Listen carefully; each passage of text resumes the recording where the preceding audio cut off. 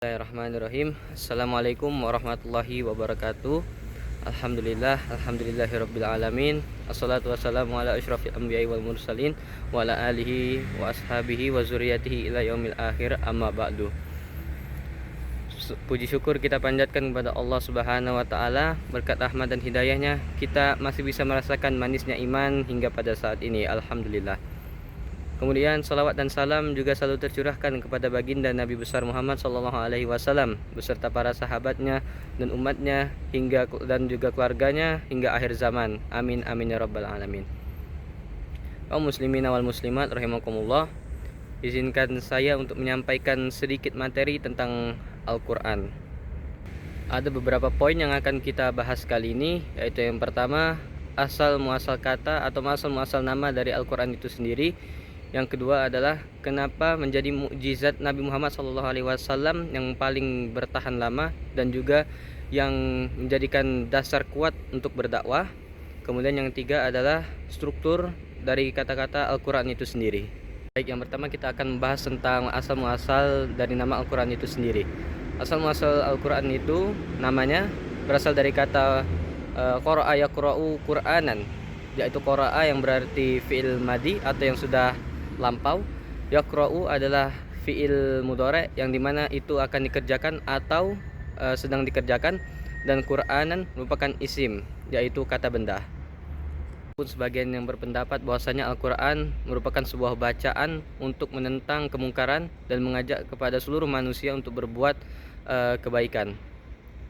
Tapi kalau kita perhatikan atau kita ulang kisah di balik turunnya wahyu Rasulullah SAW, kita mengingat bahwasanya ayat yang pertama itu, surat pertama yang turun itu merupakan surah Al-Alaq, yang berarti yang berbunyi Iqra bismi rabbikal ladzi khalaq, yaitu bacalah dengan nama Tuhanmu. Al-Quran sendiri kalau kita perdalami artinya atau kita cari tahu artinya, maka itu merujuk pada isim, yaitu sebuah bacaan yang berarti kitab.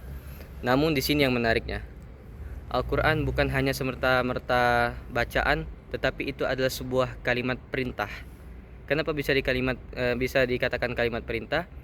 Lihat baik-baik, fa'ala yaf'ulu, kalau kita simpelkan menjadi qara'a yaqra'u, akan terus sampai ke iqra, yaitu kalimat perintah. Dan kita mengingat bahwasanya wahyu yang pertama itu turun kalimatnya adalah iqra, yaitu bacalah.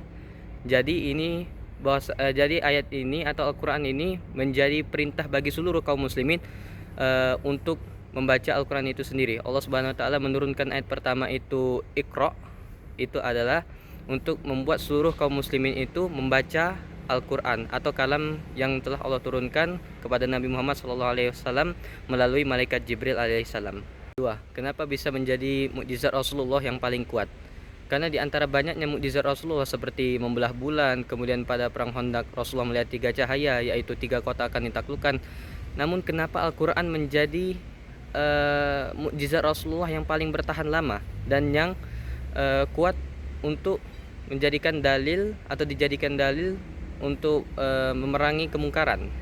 Kenapa Al-Quran itu diturunkan kepada Nabi Muhammad? Di sini yang menariknya. Kita ingat kisah Nabi Musa alaihissalam yang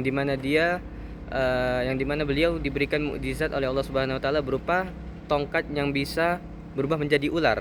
Kenapa? Karena pada zaman Nabi Musa itu sedang terjadi banyaknya sihir di seluruh penjuru Mesir. Kemudian di zaman Nabi, kenapa Al-Quran? Kenapa bacaan? Karena pada saat itu, pada zaman jahiliyah, orang Arab sangat suka berbuat syair yang dimana isinya itu tentang kemungkaran. Dan itu ada kaitannya dengan zaman sekarang. Al-Quran bukan hanya diturunkan sebagai kalimat atau sebuah kisah dongeng-dongeng seperti orang-orang kafir katakan, tetapi itu sebagai senjata untuk menyerang syair-syair orang Arab, yang dimana orang-orang Arab itu sangat suka berbuat syair tapi isinya kefasikan atau keburukan semua. Maka Al-Quran diturunkan itu sebagai kalimat pembenar bahwasanya apa yang disampaikan oleh syair-syair orang-orang Arab itu merupakan salah dan juga harus dibetulkan. Apa hubungannya dengan zaman sekarang? Sini yang menarik. Kebanyakan anak-anak muda zaman sekarang atau kita kenal sebagai Gen Z, itu mereka sangat malas untuk membaca kalimat yang panjang. Kalau mereka mau membaca itu kalimatnya sudah dipendekkan. Gen Z ini lebih cenderung pengen sesuatu itu yang instan. Nah, Al-Quran di sini ditugaskan, Al-Quran itu tujuannya itu untuk meningkatkan literasi. Karena kenapa? Karena terbukti semakin panjang bacaannya atau semakin banyak kita membaca suatu buku, itu semakin meningkat pula literasi yang ada pada diri kita. Jadi kalau semakin pendek bacaan kita, maka semakin pendek pula literasi kita. Maksudnya apa? Kalau kita ditanya suatu hal dan kita banyak membaca, maka kita akan menerangkannya secara detail. Atau kalau misalnya kita ditanyakan sesuatu, kita akan menerangkannya secara detail. Tapi kalau literasinya rendah, dia kalau ditanya sesuatu dia akan menjawabnya, oh iya, oh nggak apa-apa. Nah, Al-Quran di sini ditugaskan sebagai untuk meningkatkan literasi, dan ini sudah terbukti. Kita melihat bahwasanya orang-orang Arab, bahkan jangankan orang-orang Arab, orang-orang Indonesia contohnya seperti para ulama, mereka membaca Al-Quran, mereka membaca kitab. Tetapi lihatlah bagaimana jawaban mereka ketika ditanya satu hal hukum tentang Islam. Mereka jawabnya panjang sekali. Misalnya ditanya apa hukum berperang di waktu segini, oh ayatnya ada yang segini, oh ada ayatnya yang segini menjelaskan tentang ini. Sehingga banyak referensi yang bisa digali dari semua yang kita baca.